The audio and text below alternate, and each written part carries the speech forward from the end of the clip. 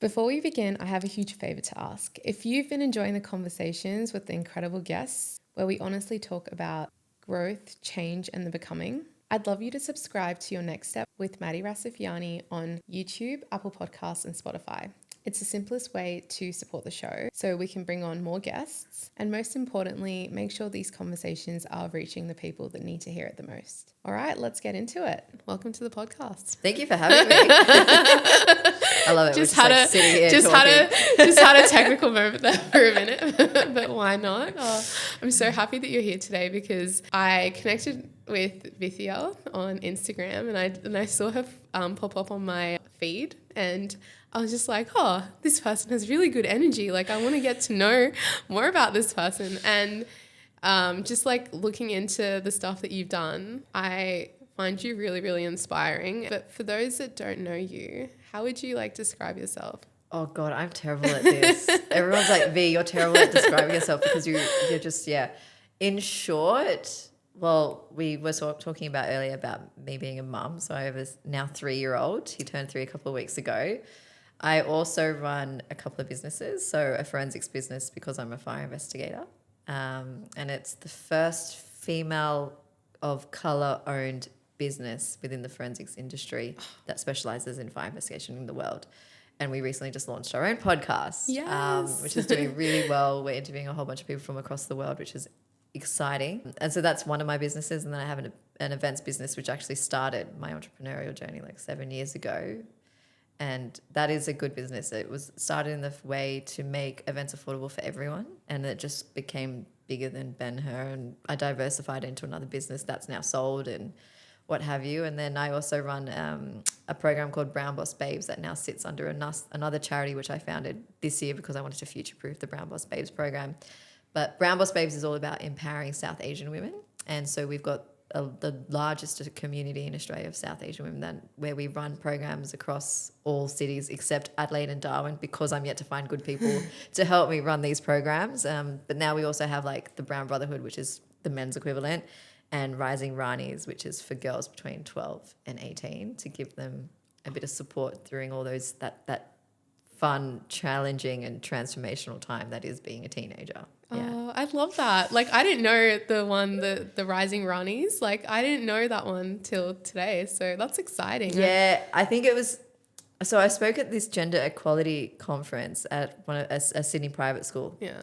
And they also invited other schools there. And they invited one public school, and that was Blacktown Girls High School. And I had these 2 girls ask me, is Brown Boss Babes for us? And I was like, yeah. And then I was like, no, it can't be for you because we do networking drinks and there's alcohol involved and some of the topics that we discuss are probably not appropriate for girls under 18. And that's when I was like, I should create something for them because they go through all those changes. And I know what it was like when I was a teenager and that cultural identity being in Australia and then also navigating, you know, what to do with your life and the pressures of HSC and the school certificate. And obviously that's now changed and like entering university and figuring out all those things about your life because there's so much pressure to get it right. I knew that these girls needed it. And so that's why we've created it. And I think we're having our first event formally on December 20. And the girls are having a beautiful high tea, which is not formally announced. So we're hoping this podcast comes after I formally announce. This will come after that. Announced. So that's all and then we're trying to create some sort of mentorship as well for the girls so they can connect with other women that aren't necessarily biased into what they want to be. So obviously, you know, when we were growing up, we probably had like aunties and family friends going, oh, you should do this because I can help you. Or like, I would love for you to be a doctor and I can help navigate that, like, you know, role for you and like what that journey looks like. And then you'd rather connect with people that don't have those biases and they want something for you. You'd rather connect with people that are like, oh, look, if you want to do this, like, I'm happy to help you. Yeah. And that's about it. Yeah, that's really powerful. And the fact that, you know, just a conversation from like meeting two young girls and you're like, you know what, I'm going to start this. That's really empowering. But I really want to understand your why and why you do all these things that you do. And has it sparked from like your childhood or how have you like been like, you know what, I'm going to start this events business, I'm going to do this forensic fire stuff, and then I'm going to start a podcast and do all these amazing things that you do and make this impact? Like where did that come from? I think with my business, the first business, the events business, which was called Mers de Fleurs, when I bought it, it had 2 flower walls. And the reason I purchased that business was I had no business experience, and I was like, oh yeah, these people can help me. Like, the handover period would be good. And it turned out really good. I actually do see the previous owner time and time again because she's now a Pilates instructor. And so love. I go to some of her classes. Shout out to Shivani. But when I first got in the events industry, it was after my engagement party. And I paid all this money and it just didn't meet my expectations. And I was like, I can't have this happen for my wedding. And I spoke to my husband. He's like, okay, what are we going to do? And I'm like, why don't I just do it ourselves? Like, why don't we just do it ourselves? Like DIY weddings. Like, so many people do DIY weddings, right? Yeah. But then I wanted to do it on a grander, larger scale.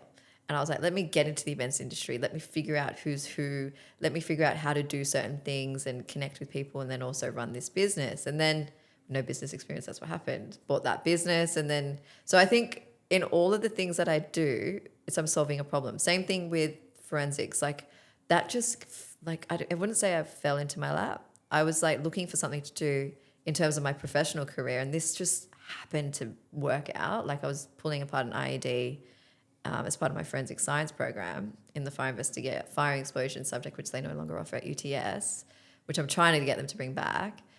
But we were pulling that apart and I was like, this is a cool job. Let me see if I can get into it.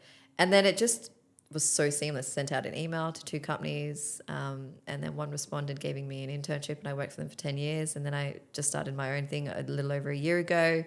And it's just been so nice. But the podcast was created because I want more people to understand what fire investigators do. Because people, when I speak to them about it, it's like a magic trick. They're like, what? Yeah. And then I'm stuck there talking about it for ages. And I'm like, normally ends in the conversation going, hey V, like how do we, set fire to our house and get away with it? And I'm like, yeah, I'm not answering that question. I used to answer that question, now not so much. I know it can come bite me later on. But that was so seamless. So with the podcast, that's what we're trying to create. We're trying to create conversations about being fire investigators, but we're also talking to other people that I work with. So like forensic engineers, builders, lawyers, and so forth, because it's all connected. But in the sense of it, everything that I do is by solving a problem or creating awareness about what the current problems are. Yeah. Same thing with Brown Boss Babes. There was a massive problem when I first started my business. I'd go to all these networking events and I wouldn't see any women of color. I'd be like one of the only. And I knew I didn't feel like I was okay. Like my accent, like growing up in a show was fine. But then I know there's other women out there that they're not as confident to do that. And so I was like, let me create a space for them. And that's how Brown Boss Babes was formed. And that's very beautiful. Like I feel that one thing I love about you, it's you're bringing it back to your culture and who you are. And like you're like, to be honest, for someone like me, I felt like I was trying to run away from my culture for like a while because I was like, this is not interesting or exciting, or like, oh, I feel like it's just me. And like, I feel that, I don't want to be that person to like be so different and I want to blend in. But I love the fact that you're like, no, like this is my culture and I want to bring people in and I want to build that community for people that are from my culture, but just not be the only person there. And that's a powerful thing that you've done. But I want to like go a little bit into your forensics fire because I really find it really interesting. What's one thing that like no one really talks about in your like industry, and is it like really heavily male dominated? It is a very male dominated industry. Yeah. It's extremely male dominated to the point like I've had to prove who I am and my worth, and I think me creating the social media brand for my business has actually gone, oh my God, this girl actually knows what she's talking about. But in saying that, it's very male dominated, but there's some good people I've surrounded myself with, and they're the ones that supported me through. Like my mentor to this day is so supportive. Yeah. And it's great to be able to lean on those people. But in saying that, it's a very interesting job. But the one thing that people don't realize is we're going in and investigating a massive loss. So it could be a residential, which is like your suburban home, or it could be like a business. But regardless, someone's gone through a loss, and no one talks about that weight on us as investigators. Like we see a lot of trauma. Like we see people crying and they're emotional. They've lost basically their livelihood, whether it be a business or they've lost, their worldly possessions. And there's the one thing that they can't replace are photo albums. And so I normally tell people, I'm like just, when you have photo albums, start digitizing them, because at least it's on the cloud somewhere. And when if God forbid a fire happens in your property, you're not losing all those memories. But as fire investigators, no one talks about the emotional load that we see. So when I deal with fatalities as well, those are such heavy cases when someone's passed away and it was a result of the fire. So no one talks about it.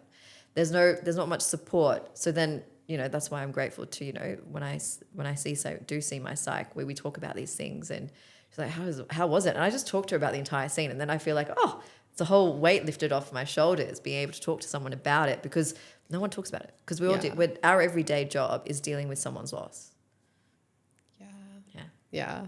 That's things that you don't really think about in your day to day. And I guess like for me, I have lots of attachment to things, like especially the older I'm getting, the things that I have from my younger days, just like small memories, and especially photo albums, because it's not like right now that you can just take photos left, right, and center. It's on the cloud. But if it's like a little bit more older, and they were like those cameras, the instant cameras that you had to wait like a month or two to get it printed, and so totally understand.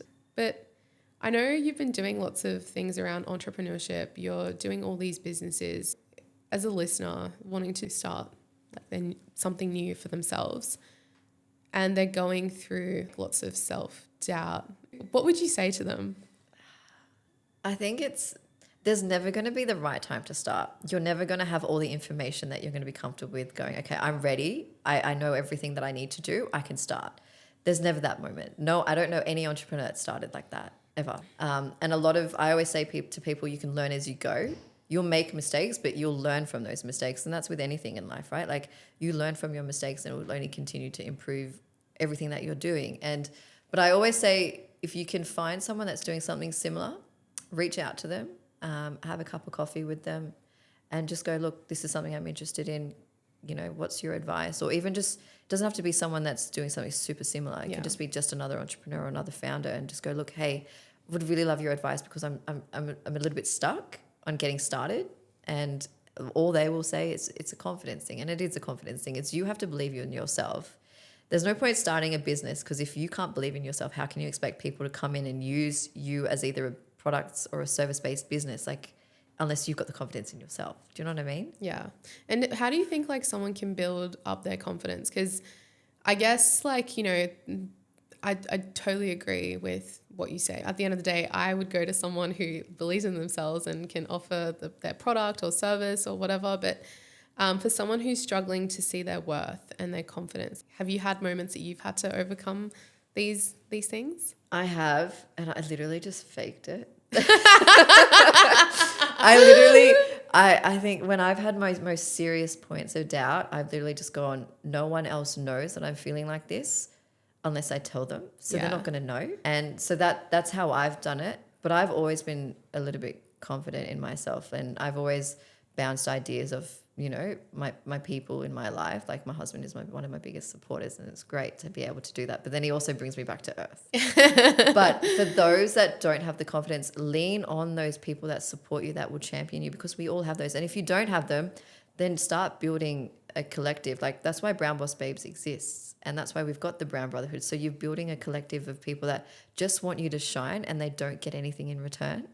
And that's what I think the beauty of creating these communities has been for me, because I've been able to see people's relationships form and change in these communities. Like, there's a whole group of them that just hang out all the time now, and it's beautiful. And they support each other's ventures, and like, there's all these little mini group chats. So if you don't have the confidence, there's people that do actually believe in you and want the best in you. Yeah. And if you can't find those people, then that's when you surround yourself with other entrepreneurs and other founders, because there's so many networking events. There's so many communities outside of Brown Boss Babes. There's so many communities that are just for entrepreneurs, whether they be in Sydney or all over the world. There's opportunity for you to connect and get the resources, or get the feedback, or just get someone nice to talk to that wants to see you succeed.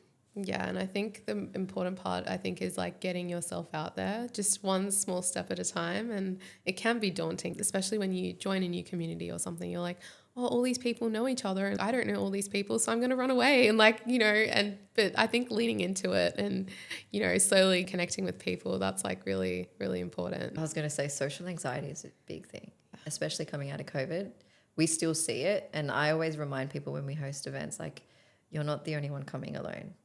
People often forget they're always focused on themselves, but then you realize, like, how many people do you think have walked through that door by themselves just to enter this one same event? Like, that's so true. I actually want to touch on that, because I feel like, for someone who has started work after post-COVID, like full-time job, you're working from home, you have these like, events, it's all a majority of are online because you're saving, like, you're saving money, you're saving time, you're saving all these things. But what do you think has impacted people the most, especially like connecting with one another? The age of social media.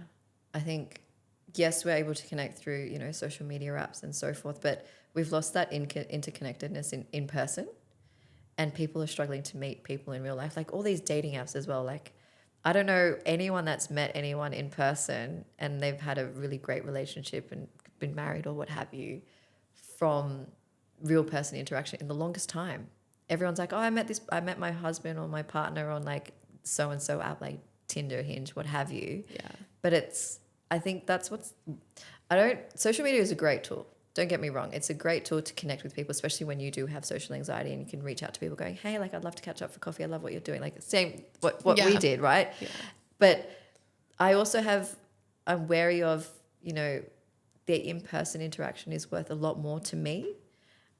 So when I get people coming for our events and they have an ask for me, I'm a lot more receptive and open because I've met them in real life rather than them just sliding into my DMs and straight away just going, hey, like, can you connect me with so-and-so? And I'm like, I don't even know who you are. Yeah. And I'm going to connect you with a friend of mine. Like that for me is a little bit uncomfortable. Whereas I think the in-person interaction is so powerful because you get to see a person on face value, you get to know them. And I'm 9 times out of 10 more likely to connect with someone on a more deeper level in person than through an app, because I'm just like, oh, I've never really met this person. I'm just going to delay in replying to them. Do you know what I mean? That's how I treat it. Yeah. I think nowadays we're more connected than ever, right? For me, like, I really want to get to know this person first before trusting them and opening all these doors. And I feel like social media, it's like a facade in a way, because it depends on you, what you share. And some people post all their highlights and they don't want to post their downtimes, and you can't get that person's full personality. Even like, I feel like it's their body language really shape their energy and like who they are and how they present themselves and how you connect with someone. So and I think COVID, of course, has really, really done that. And I feel like the more younger generation I see, I'm not that old, by the way, the younger generation you see, they're very creative, but I feel like they're in their own bubble in a way and they don't want to come out. It's also really hard to get tone from messages. Oh, do you know what I mean? And if you don't put a smiley face, it's like, oh, I don't understand the tone. If you don't, you do you know what I mean? Like that you can't understand tone. Yeah. But then I'm also aware of people whose English is their second language. Yeah. And so obviously you can see, I get a couple of messages where I can see ChatGPT has been used, and I'm like, okay, I understand they're not confident in, writing it out themselves, or like their language skills aren't great. And so that's when I'm like, okay, I can see this. I'm going to reply. Yeah. I can really now tell when a message has been like sent by ChatGPT. It's the M dash. It's the M dash, yeah. And also like, I think the other part is, especially if you know someone or you kind of know them and you're like, hang on, their tone of writing is not like that. But I know like ChatGPT, you can train it to write similar to your tone. But yeah, you can really tell. Especially when it's very, very overuse of adjectives. That's the telltale for me. But you have a lot that's going on right now for you. And I know that like for someone who loves to help people problem solve, you have moments that I think you need to pour back into your cup. Like what are some things that you do that help you re-energize you to, bring you back to like reality? My son has somewhat turned into my self-care. Oh yeah, that's so cute. Spending time with him and like seeing him grow. He's like 3, and everything he does is like a discovery of like, he's discovering something new almost every day. And so getting to see him do that is so nice, and spending time with him, because there'll be a point where he doesn't want to spend any time with his mum. Let's be honest. Like we know this. Okay. And so that is one point. And then I'm really guilty in watching a lot of reality TV really badly. And sometimes I'll sit down and like, I know I need to get work done. And so I'll just put that on in the background so it's not as daunting to get all my tasks done, especially report writing, because some of the times I'm writing really heavy reports. And so it's nice having some reality trash in the background just to make sure I'm able to just get through it. The other things I like to do is I like to stay physically fit. Mind you, it's really hard when you've got a toddler. So we got a gym into our house, and I was doing a lot of Pilates reformer before my son was born. It was just so hard after he was born to get to classes, so we ended up buying a reformer, and now that sits in our house, and now I have no excuse at all. But I like to stay fit and healthy. I eat really badly, so training is the way I stay fit and somewhat healthy. Yeah. And how has like motherhood like changed your whole experience? I feel like I have a few friends that are mums now, and their outlook to life has really changed. So how has it impacted you? My time is a lot more valuable. So I would work really long hours before my son was born, and we had a rule: no computers or laptops on the couch, because sometimes I would have my laptop on the couch and I wouldn't even watch TV. It would just be in the background. I'd just be doing work. So after he was born, you couldn't do that. Can't do that. And so he has changed my life in terms of realizing how precious my time is, especially during the day. When he's in daycare, it's the best. I smash out a lot of work. And then I'm like, okay, I need to do this. And I'm also doing household errands at that time, because it's really hard to do it with him in the house, because he wants to do everything with me. Like, he'll come with his little vacuum and vacuum the house with me. It's so sweet. Oh, he's a sweet boy. But at the same time, it's like my time is a lot more valuable. And it was one of the main reasons why I resigned from my previous role, because I saw how they treated families, and it just didn't align with where I saw myself going in terms of being a mum, but then also the general manager at that role at that company at the time. So for me, I had to make those decisions for myself and go, look, I value myself, I value my family life, and now I need to put that first and foremost, because I was on a plane maybe once or twice a week at that previous role. After my son was born, I had 12 to 13 weeks mat leave, and then I had to come back earlier than expected. So all of those things kind of helped me realize, okay, I now need to start my own thing. And it was a bit of a process to get to that point. Luckily we got there, and now I'm on the other side of it. I'm like, I wouldn't change it for the world. And I know that, you mentioned that you left your role and you started this whole business. And did you have like moments when you were starting that you were like, oh my God, like, what am I doing? Yeah. Or were you like, no, I'm confident in this, and like I've got the experience, I'm going to back myself? Or was it like a mix of emotions? It was a serious mix of emotions. I lost my entire work family of 10 years. Yeah. Luckily, my mentor still speaks to me here. Thank you. So yes, thank you. And I lost a lot of investigators like I was friends with. Like, they came to my wedding, and like I've lost that work family. And so for me, that was the really hard part. People I would see almost every day or speak to multiple times on the phone a day. But it was a really difficult time, but I had the confidence in my skill set. I had the confidence in the business side of it as well. Yeah. Because the reason my managing director made me general manager was because of that skill set. So I knew I could do it and I was be able to thrive, but it was just, would clients understand? And all of that. Like, a lot of them were just like, you left? What? What? And now some of them I now do work for, which is great. So they've believed in my role and my skill set now. And I think now they're just like, oh my gosh, she's got a podcast, she's got a newsletter, she's got all of these things under the one business. And like, I get to take all of them out for lunch, which we didn't do at my previous company. Like, I get to take them out for lunch, for end of year lunches, and celebrate the year that we've had together. And that's nice, because I know a lot of people don't do that with their clients, but for me, like, they took a gamble on me in this first year, and it was just like, I didn't expect it. Business could be better, but at the same time, like, I'm very thankful for how it's come in, and I know it will only just continue to grow and evolve. Oh, 100%. Like, you've got the right mindset, you've got the right attitude, you've got the like amazing energy. Can't wait to see where it goes. But I want to ask you about, is there like a chapter in your life that you always look back to, and you've had these like all these epiphanies and all these like turning moments, and it was the day that you were like, I'm changing my life in a way? Have you had that chapter in your life? I did. It was back in, what was it? It was late 2013 to about 2015. Literally when my husband, now who is my husband, but we weren't formally together, but he went to the UK, and I was like, I'm just going to live my single best life. And I did a lot of self-discovery. So it was that time where I was like focusing on myself. Like I was always in and out of relationships from like a very young age, if you will. And so this was the first time I was like, oh my God, like I now have my own time to myself. Let me figure out what I want to do. And I also was at a bit of crossroads at that point when he left to the UK.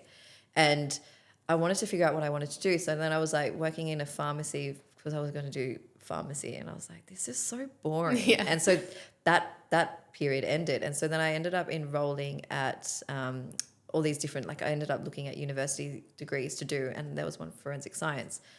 And it was almost seamless. But I told my mum I got into the placement at UTS for their Master of Forensic Science program. And she was like, I'll just see what comes in, like just see what else. And she wasn't happy. I knew she wasn't happy. Yeah. But then it was all of those things that happened afterwards. Like I was working there. I was doing my university degree, and then I was also, working at H&M, and I met fantastic people that I'm still friends with to this day. And they helped as well with that, they were all going through that same thing where like they're discovering themselves and what they wanted in life. Yeah. And it was just seamless for them and for me as well. And so at the same time, like that's when I was like, oh, I did this subject of fire and explosions. Let me see if they'll give me an internship. And I started putting myself out there a lot more than I normally would. And that was that period where I came into my own as a person. And then, my partner comes back. Well, we weren't together, but he comes back and then, we rekindle our romance. And then everything was just almost perfect, if that makes sense. Like everything was going really well. I was working, I was like becoming a fire investigator and all my training was kind of done. And then I started doing cases on my own. It was just like a really good period. So I think that period between 2014 and 2015 was just so powerful because I didn't realize how efficient I was till I look back on it going, I was doing effectively 2 degrees because as part of my internship, they were like, can you also do this other degree at Charles Sturt? Yeah. And I was also working at H&M, but then I was also doing this internship with these guys. And then part of it I eventually quit H&M and I was working at the ATO because they had after hours work. Oh. So I'd go be on a fire scene in the morning or during the day, rush back into Parramatta and work at the ATO building from like 5 to like 10. And I was so efficient. Yeah. So like people ask me like, V, how do you have the energy? I'm like, I just channel what I was like back in 2014 and that gets me going. Oh yeah. That's actually a really good method. Like a moment where you were like efficient and like channeling that and getting that energy from that moment and be like, hey, that's how I was. I can surely do it now. Yeah. And do you regret anything? No. I think everything that's happened in my life has happened for a reason. Yeah. I wouldn't take back anything at all. People ask me all this time and I was like, no, it's happened the way it's had to. And like now that you're running your business, how does leadership look to you like right now? Because like, you have your clients, I'm sure you have people that work for you and you have all these like lessons learned and experience from your other jobs. And what does like truly being a true leader mean to you? You bring them for the ride. You don't gatekeep. You don't keep any secrets to yourself because how else is everyone going to learn? Like eventually, like I'm not going to be, in this position for the rest of my life. I've got a long life ahead of me, but I don't see myself, being the only person at this table. Like I like to bring people with me, and that's what I've been doing, especially with Brown Boss Babes, having the committees across all the different states now. I'm bringing the committee members with me on this ride and this journey on shaping how we as a community can champion people that look like us. And I always want to make sure that they're with me for the ride so they know what's happening. I keep them up to date with everything. I'll be like, and I get so excited. I'll be like, oh yeah, this person said they want to be advisory for the charity. And they're like, that is so cool. I was like, yes, it's so cool. But it's like giving them also the skill set that I've had I'm fortunate to have learned very early on. Because a lot of people don't have that experience. They don't have access to meet all these fantastic people that I now have access to. I'm like, let's bring you in for these meetings. And now we're starting to I want to start running leadership courses as well and seminars for not just women, but for all people. Because I'm wary, like leadership is also a confidence thing. And we always keep coming back to confidence, but it is a confidence thing. And I'm wary that, people don't have that confidence. So it's also, I think confidence and leadership go hand in hand. And I always tell the girls, I'm like, why do you doubt yourself? Like, X, Y, Z could be happening and they're doubting themselves. And I'm like, but why? Where is that self-doubt coming from? That's what you've taught yourself and now you have to unlearn that. Is there like something specific that you've had to unlearn in this journey that you're I had to relearn boundaries As any most ethnic people would tell you, boundaries with parents and family members and in-laws and everything along with it comes with its own challenges. And that's when when I became a mum, I realized how important those boundaries were.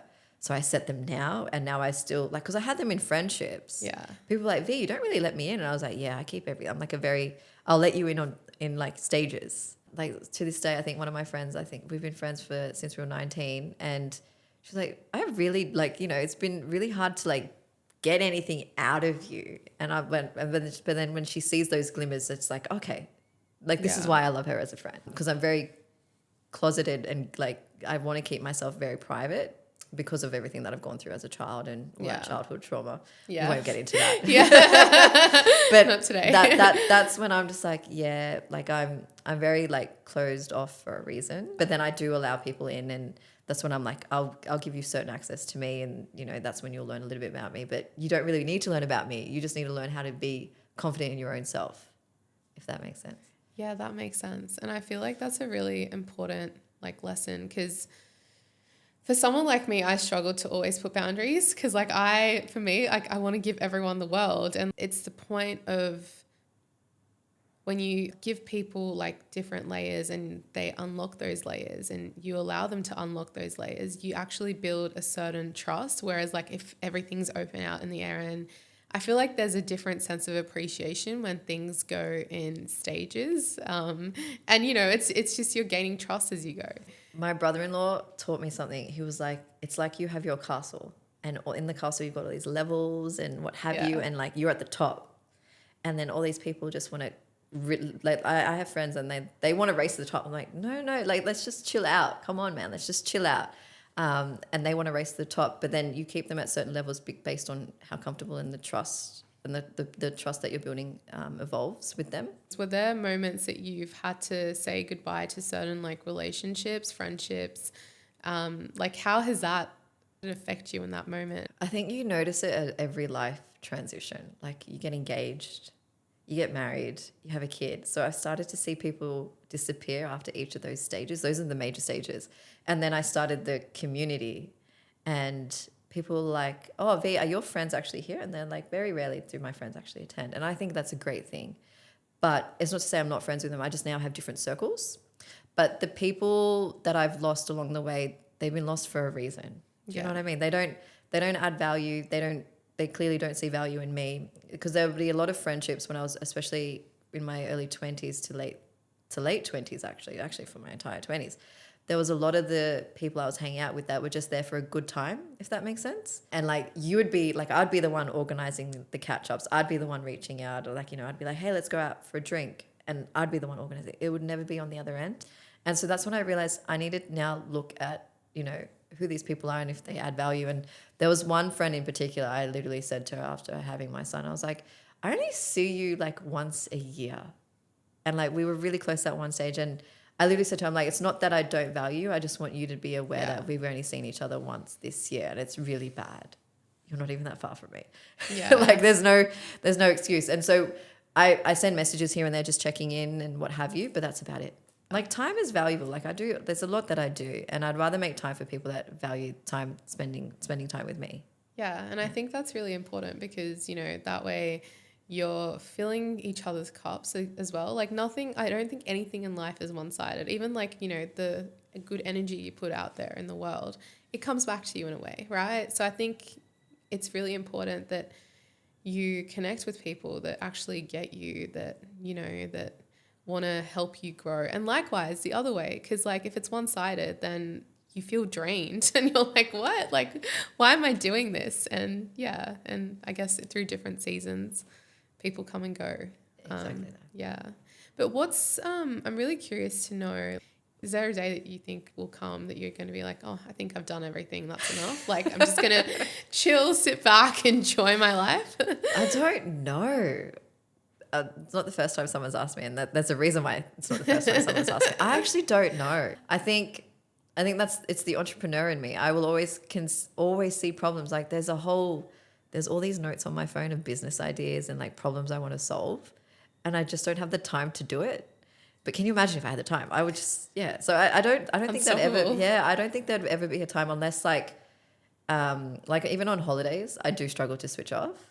I can't have my laptop with me. I can't have an iPad. I can't have anything, a large screen with me because I can work from my phone, but I work terribly from my phone. This is how old school I am.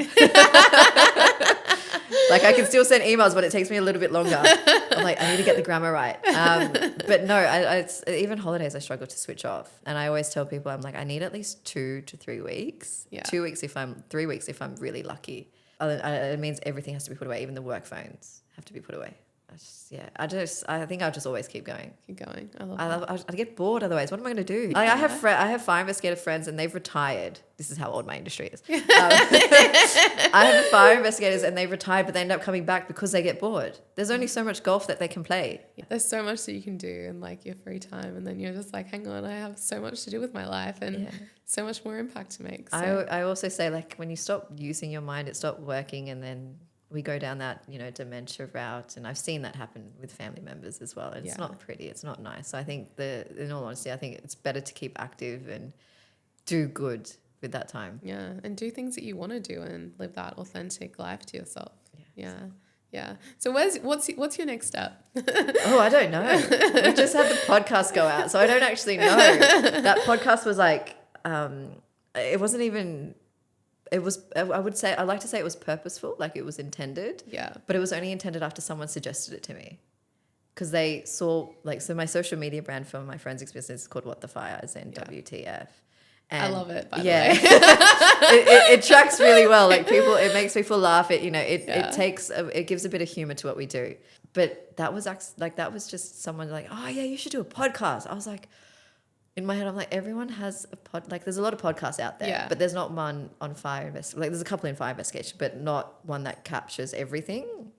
But I don't actually know what my next step is. I think we are organizing a bit of a big event within the foundation, and I don't want to say it just yet. No. Actually, when is this being released? Well, this is going to be like end of January. Okay, so we'll be organising a South Asian Fashion Week. It's going to be a series of fashion labels that are Australian but South Asian founded, so based in Australia. So we're not getting anyone from overseas. They all have to be South Asian in Australia. So we've got a few labels already said yes to us. And then it's also going to be a series of workshops and panels on South Asian fashion. And it's going to be, I didn't want it to be, I'm not to disrespect the current fashion weeks that happen across Australia, but I want it to be accessible to everyone, not just, the influencers or, the quite higher ups within the society. I want it to be accessible for everyone, because we see it time and time again. Fashion week comes around and you see, the it people, the popular people, if you will, attend only, and no one else is able to really have access. And if they do have access, it's because they paid a lot of money to be there. So I want to make sure it's accessible to all, and it's very informative, and it puts South Asian culture and fashion at the forefront within Australia. Oh, because there's sometimes that, like, people that are in the spotlight, like, they've worked hard, but it's really nice to have that all-inclusiveness of bringing them along and, them living their life and having that joyous moment. It's exciting. It's a little bit stressful, but it's exciting. Oh, I'm sure it'd be amazing. Yeah. Yes. Yeah. One of my friends was like, you did the awards. I know you can do this. Oh, of course. Yeah. Me, like, one thing I know about you, like, you can do everything. So yeah, no, it's amazing. But I want to close this podcast with one final question. And what's one lesson you really hope listeners carry with them after this episode? I would say to just go for it. When they're second guessing themselves, you're only second guessing yourselves because it's just what you've taught yourself over the years. But just go for it. Like, the worst thing that's going to happen is not going to work, and then there'll be another idea that comes along, and it'll just keep coming. So just go for it and just try it. You won't know, and then you'll have regret if you didn't try it. I always have that mindset of, like, I don't want to be 40 and then look back onto my life and then be like, oh, like, I didn't do it because I was scared, and I felt that, like, all these opportunities that, were probably in front of me, and I chose to close my eyes on it because I was fearful and not achieving it, and then, live a life and then be like, oh my God, I wish I did it at this age. So I've met some incredible people that have also just the same thing. They finally went for it, and it's just transformed their lives. Yeah. living a life of authenticity. Yes, exactly that. Exactly that. Oh, well, thank you so much for being here today. I really appreciate it. Thank you for having me. I'm like, oh my God, it was like almost like therapy. It's nice. Honestly, I love it. And we'll keep your details in the show notes for people to connect with V. And yeah, stay tuned for the next episode. Thank you.